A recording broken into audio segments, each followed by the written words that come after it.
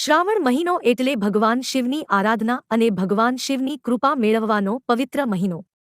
ભારત ભૂમિ પર ગામે ગામ અનેક પૌરાણિક શિવ મંદિરો આવેલા છે।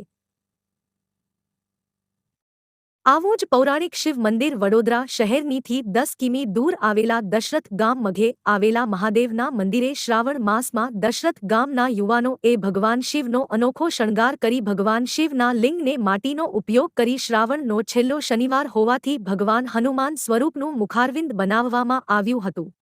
આ ઉપરાંત દશરથના બ્રાહ્મણો દ્વારા છેલ્લા 31 વર્ષથી શિવ મહિમ્ન પાઠનું પઠન કરવામાં આવે છે। આ ફૂલઝરીનો દશરથ અને આસપાસ ગામના લોકોએ દર્શનનો લાભ લીધો હતો। દશરથ ગામમાં આ પૌરાણિક મંદિર આવેલું છે, તેમાં 4 શિવલિંગ આવેલા 3 શિવલિંગ આવેલા છે। ખાડેદેવ મહાદેવ, વૈદ્યનાથ દાદા અને નીલકંઠેશ્વર મહાદેવ। આવા શ્રાવણ મહિનાના દર સોમવારે અહીંયા ફૂલથી શણગાર કરવામાં આવે છે ભગવાનનો।